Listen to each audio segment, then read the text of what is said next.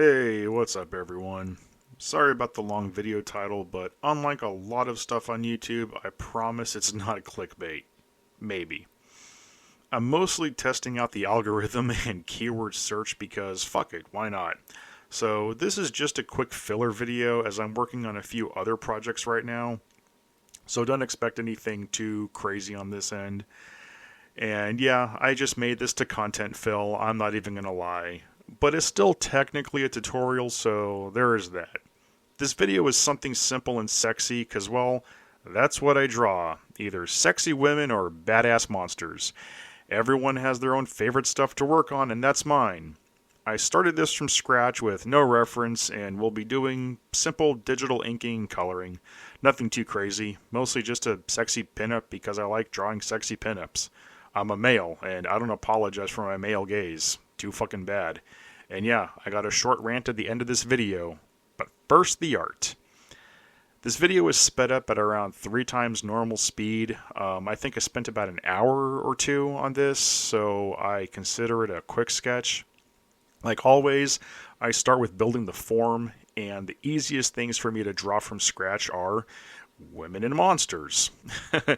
I grew up drawing Playboy centerfolds, women from Sears catalogs back in the 80s and 90s, and had plenty of life drawing classes, studied anatomy, drew lots of my female friends, I'll just say, from my extensive dating history before I met my wife, and still continued to try and vary things up.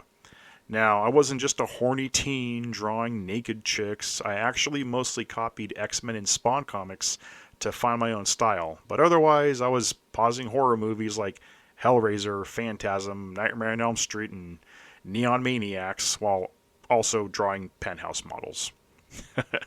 So, whenever I draw women, me, doesn't have to be you, I have a formula that I try and follow for consistency. All of this boils down to style, so there's really no right or wrong way to approach things. I skipped the gesture lines since the pose was simple enough, so I went right into building the form, and when you've gotten comfortable and done things long enough, with plenty of practice, you can skip certain steps. And to be honest, I rarely draw gesture lines anymore. Those struggling or just starting off, I'd say is probably still a good idea to draw gesture lines. But yeah, once I have a basic form down, I'll do a rough sketch over it just to grind out the details. I don't always do this, but I wanted to show my entire process. Mostly I do skip the oversketch part though. When I jump into digital inks, I treat it just like I would a real pen. Now I know a lot of digital artists use the pen tool, or lasso tool or other tools. I just use the pencil tool at 90% opacity since I tend to go over my lines more than once with pen pressure set to dynamic for line variation. I keep the hardness at around 100% since I like my lines clean for when I do color masking. And that's it, really. I'll ink this just like I would drawing on paper. I never got good at the pen tool since it just didn't feel right clicking points to make a line.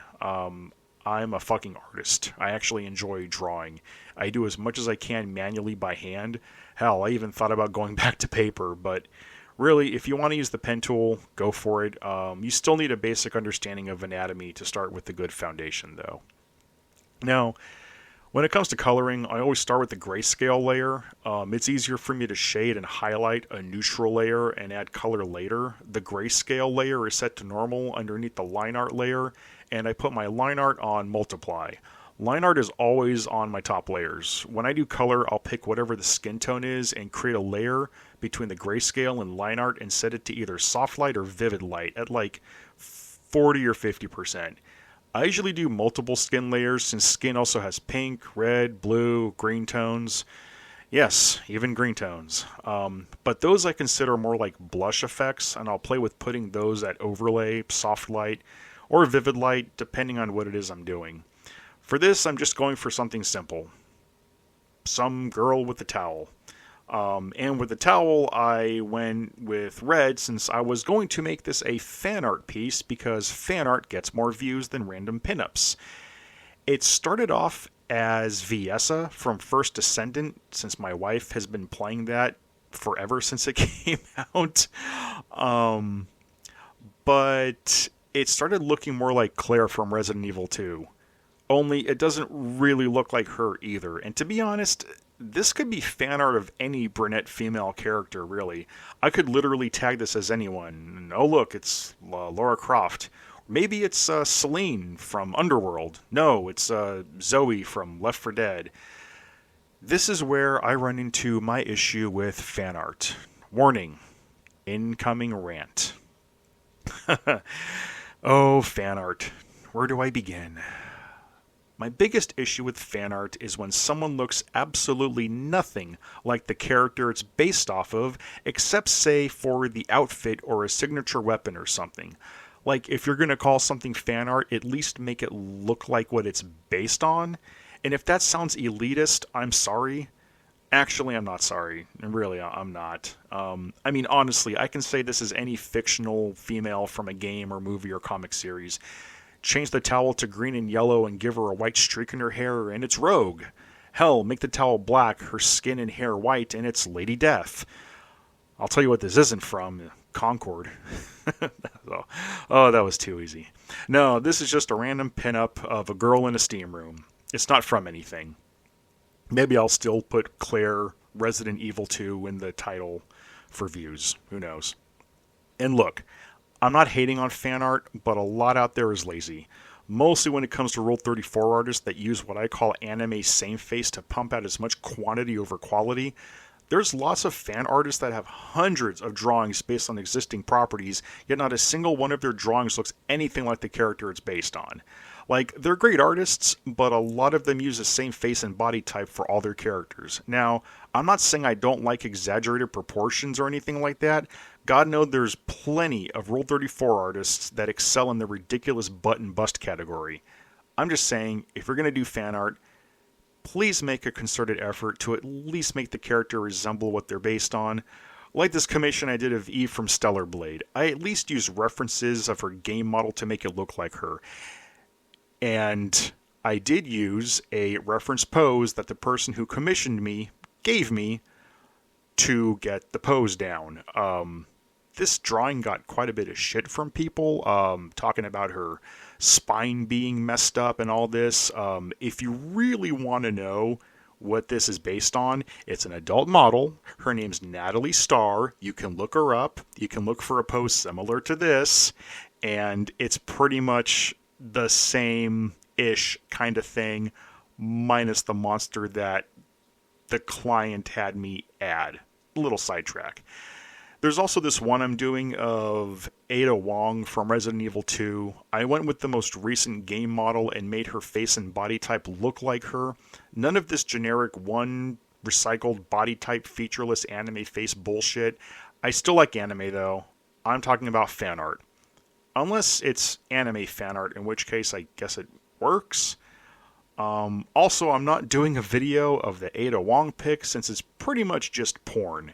Same with that Eve pic. I was originally commissioned to do a version of her getting by a monster, which was fun to draw.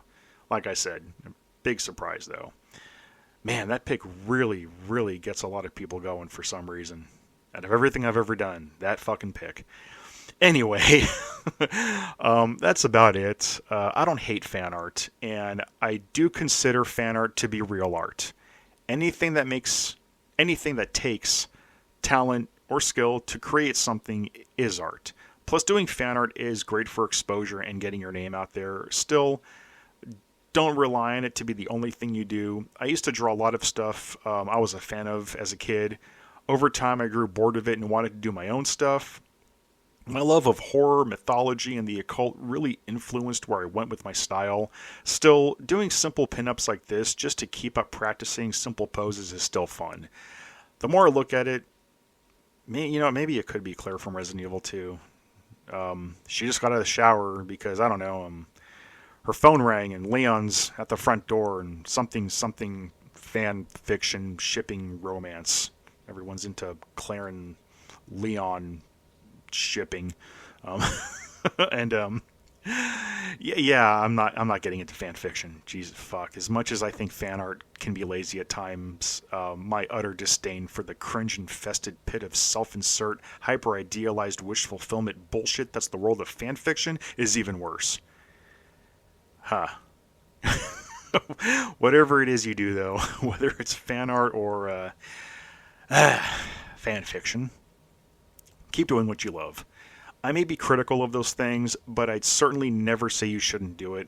I've had plenty of people complain that my art is too violent or too sexual, and they somehow think it gives them the right to determine what is or isn't appropriate. Fuck you. Absolutely no one can stop you from creating what you want. And if you don't like elitism or gatekeeping, then don't resort to doing it yourself. If you're one of those people, take a look in the bathroom mirror, turn around, and smell your own ass, because I guarantee your shit stinks too. But I'll leave that rant for another video. I'm off to finish my Nosferatu painting to get back to the horror.